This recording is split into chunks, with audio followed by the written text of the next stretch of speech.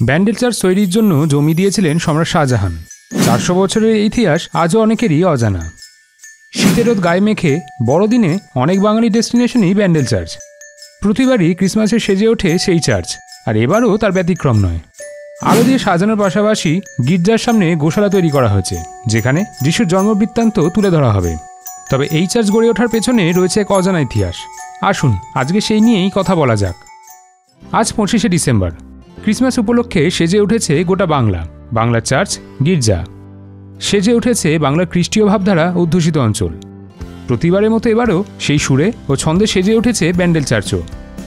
আলো দিয়ে সাজানোর পাশাপাশি গির্জার সামনে গোশালা তৈরি করা হয়েছে, যেখানে যিশুর জন্মবৃত্তান্ত তুলে ধরা হবে।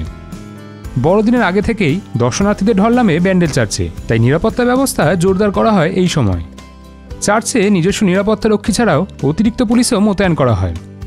ব্যান্ডেল চার্চের ফাদার জনি নেডুনার জানান, পশ্চিমবাংলার ঐতিহ্যবাহী ব্যান্ডেল ব্যাসিলিকা বা ব্যান্ডেল চার্চ সেভাবে দেখতে গেলে বাংলায় নির্মিত প্রথম খ্রিস্টান উপাসনা গৃহ। 1599 খ্রিস্টাব্দে যখন এই গির্জা তৈরি হয় তখন তা নিতান্তই ছোট ছিল। এটি একটি পর্তুগিজ চার্চ। 1536 সালে পর্তুগিজরা সপ্তগ্রামে বাণিজ্য করতে আসে এবং সেখানে বসতি গড়ে তোলে। 1571 সালে তারা মুঘল সম্রাট আকবরের থেকে হুগলিতে শহর নির্মাণের অনুমতি পায়। তখন থেকেই তারা হুগলিতে বসবাস শুরু করে।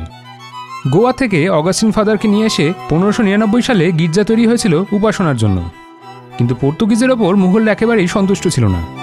মুঘল সম্রাট শাহজাহান হুগলির এই পর্তুগিজ কলোনি আক্রমণ করেছিলেন। যুদ্ধে পরাজিত হয়েছিল পর্তুগিজরাই। মৃত্যু হয় প্রচুর মানুষের।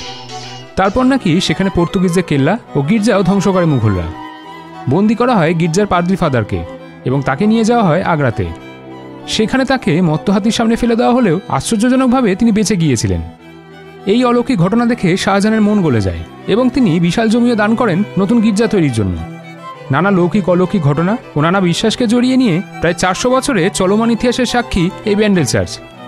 সেই চার্চ দেখতে এবং যিশু ও মাদার মেরির কাছে প্রার্থনা করতে বহু মানুষ সারা বছর জুড়ে এখানে আসেন। তবে বড়দিনের সময় ভিড় হয় সবচেয়ে বেশি। এই চার্চের বর্তমান ফাদার জনি নেডুনার জানান, 24শে ডিসেম্বর মধ্যরাতে প্রভু যিশুর জন্ম মুহূর্তে মিডনাইট মাস হয়েছে। তার আগে রাত 10:30 থেকে চলেছে বিশেষ প্রার্থনা। বড়দিন ও বর্ষবরণের উৎসবে ভিড়ের কারণে 25শে ডিসেম্বর ও 1 জানুয়ারি গির্জার দর্শনার্থীদের জন্য বন্ধ থাকে। তবে যেখানে আস্তাবল তৈরি হয়েছে সেখানে যাওয়ার অনুমতি থাকে।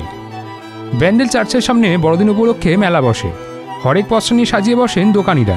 বিক্রিও হয় ভালোই। গঙ্গার পাড়ে খোলা মাঠেও মেলা হয়, চলে পিকনিকও। সব মিলিয়ে এই কয়েকটা দিন জমজমাট থাকে ব্যান্ডেল চার্চ ও তার আশপাশ। বড়দিন উপলক্ষে রঙিন আলোয় জড়িয়ে তোলা হয়েছে চন্দননগর চার্চও। তবে সেই নিয়ে না হয় কথা হবে অন্য একটা ভিডিওতে। কেমন লাগলো আজকের এই ভিডিওটা জানাতে ভুলবেন না কমেন্ট করে। নানা বিষয়ের ওপর ভিডিও দেখতে হলে এই পেজটি ফলো করুন।